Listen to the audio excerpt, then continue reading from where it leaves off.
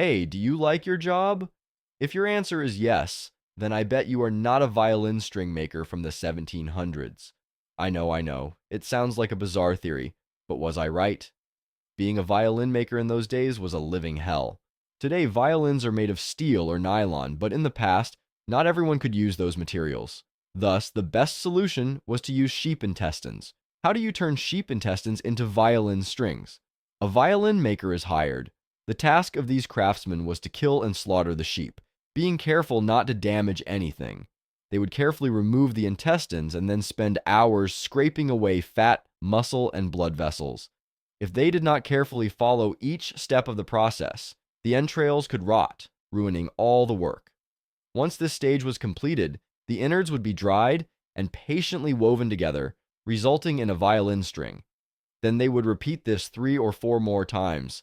That sounds like a great way to spend a lifetime, although I'm sure there was at least one violin maker in history who really loved his job, going to work each day with a smile. Yay! Today I have to scrape the fat from sheep organs! Life is good. The next topic is about leech collectors. In the past, when it came to medicine, no one really knew what they were doing. It was mainly a mix of guesswork, trial and error, and blindly following whatever theory was in fashion that week. For this reason, in the Middle Ages, a number of wrong practices came into being. One of these was known as bloodletting. Bloodletting consisted of literally opening the patient and draining a large amount of blood.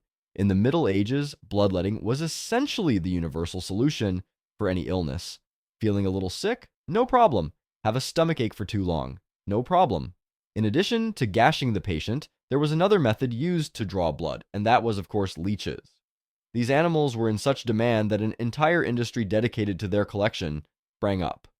But being one of these collectors was not the most ideal job. How would you go about collecting leeches?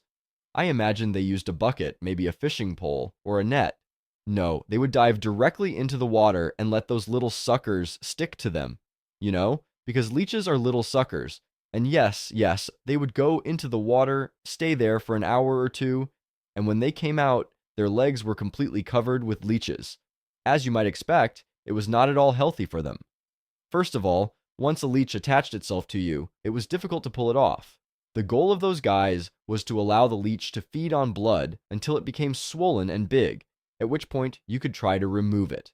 The problem is that leeches consume a lot of blood, so it was not uncommon for a leech collector to get completely full of leeches over the course of a few hours and then pass out in the water because of blood loss. Very entertaining, just an enjoyable job.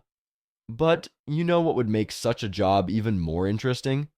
Tension. You always want to have the feeling of being watched, of never being safe. Fortunately, this is exactly what you will receive from our next trade. These individuals were known as resurrectionists. In the past, bodies were in extreme demand in the United Kingdom. The demand came from physicians, eager for bodies on which to practice and to use to instruct their apprentices. But unfortunately, legally, the only bodies they could practice on were those of newly executed criminals. But since when did such a triviality as the legal system prevent anyone from pursuing their dreams? Doctors would hire these individuals, the resurrectionists, to locate bodies and deliver them to doctors. In other words, they would purloin the corpses and give them to the doctors. But wasn't that illegal? Yes, apparently not. It turned out that the government didn't really care about the corpses. Of course, publicly, they would state that it was illegal and that you should not try to purloin a corpse, but then some corpses were purloined and nobody did anything about it. There was one condition, however. Resurrectionists had to be absolutely sure not to accidentally steal anything of value from the coffin. Removing even a necklace or a coin could have turned the penalty for this crime from a simple warning to a potential felony, punishable by 5 years in prison. Resurrectionists had several interesting strategies for optimizing the theft of corpses. The strategy believed to be most widely used was this. They would dig down to the head of the grave, open the top, tie a rope around the corpse, and pull it out. It seemed a legitimate, quite reasonable strategy. But there was another one. It was described in an article in 1896, and I feel the need to describe it just because of how strange it sounds. They would start not directly over the coffin, but a few meters away. Then they would dig a tunnel slanting toward the coffin. They would then rip the head from the coffin, tie it around the body, and pull it up the tunnel. And here's the most ingenious part. Beyond that, it was just hard work. Every day they ventured into the basement and dipped their arms into whatever mountain of ambiguous-looking fecal waste they could locate. Their greatest danger was, of course, the wild boar lineage that dwelt under the sewers. I reiterate this for those who are a bit behind. Their greatest danger was the wild boar lineage that harassed them and actively tried to eliminate them. This is most likely just a local legend, but it is also something that every single digger who was called a tosher was aware of and worried about. But despite the disgust and danger, tosher work was still surprisingly attractive to many people. Why? Well, the motivation was probably exactly what one would expect: money. These individuals were able to earn a reasonable amount of money simply by exploring sewers. On average, they were bringing home about a couple of dollars every working day. This begs the question, why were people throwing so much money into the underground?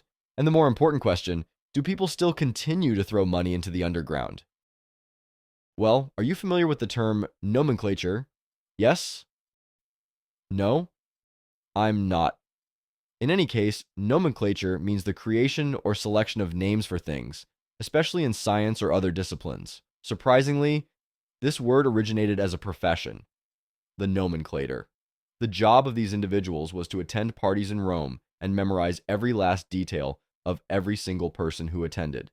That senator's relative on grandmother's side? I definitely need to remember that. That person's dog's favorite pasta dish? Definitely to keep in mind.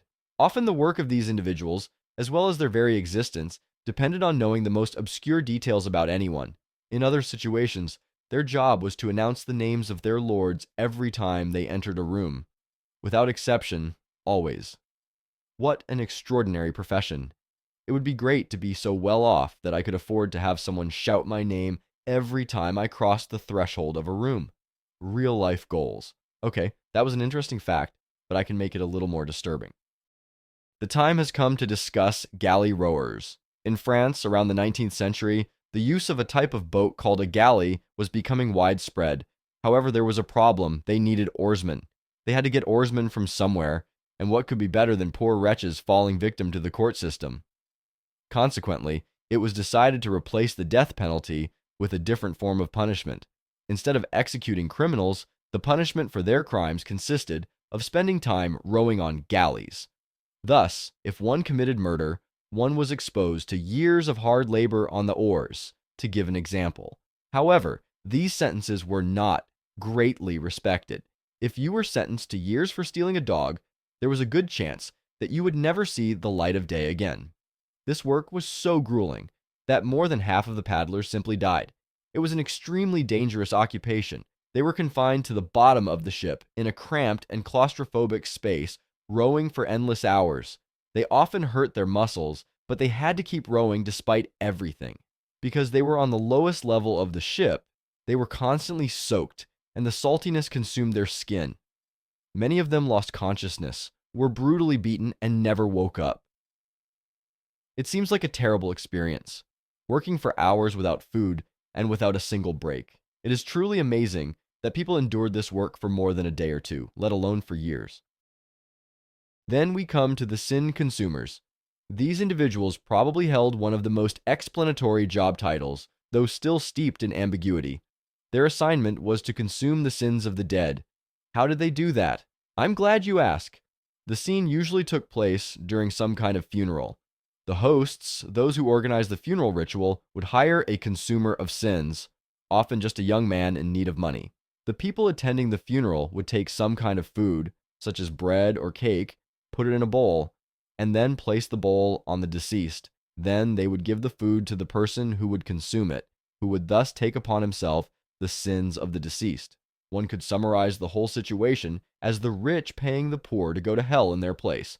And the most unfortunate thing was that consumers of iniquity were often socially marginalized. No one wanted to deal with individuals so burdened with sins. Sounds bad, doesn't it? Well, I think it would have been a good job if I didn't believe all these things. They used to say, "By eating this cake, you will be forever damned to the fires of hell." Oh, all right. I love red velvet. It's chocolate. Since these individuals were considered walking reservoirs of sin, one would expect the church to welcome them warmly for their special abilities.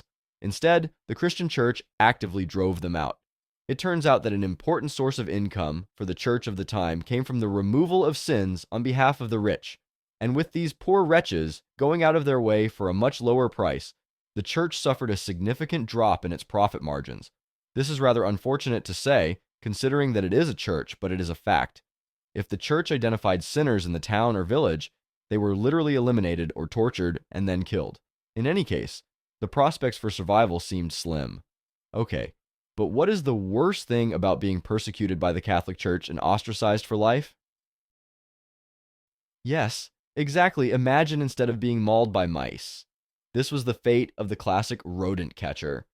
These individuals were tasked with keeping the city's rat population in check, a rather interesting task. When you think of rodent catchers, you think of someone who sets rat traps and then comes back later to check if they have caught any, right? A reasonable assumption. But it seems that the people of London had better things to do than wait for mice to get into the trap. Therefore, they hunted mice with their bare hands. This, I think it is safe to say, was not a good idea. Rodent catchers often ended up being bitten by rats, and, as the surprise of surprises, these bites led to deadly diseases. Rodent catchers were frequently affected by rat-borne diseases because of the risks associated with their work. As we all know, wild rats are certainly not the friendliest creatures to be around. Moreover, the Queen of England did indeed have a rodent catcher, but she was not always personally present. In fact, she had trained a monkey, a badger, and 2 ferrets to catch rats. In addition, the rodent catcher's name was Jack Black. Yes, I know. Finally, we come to the salt mine workers. This might seem like a rather random task, but it really struck me while researching.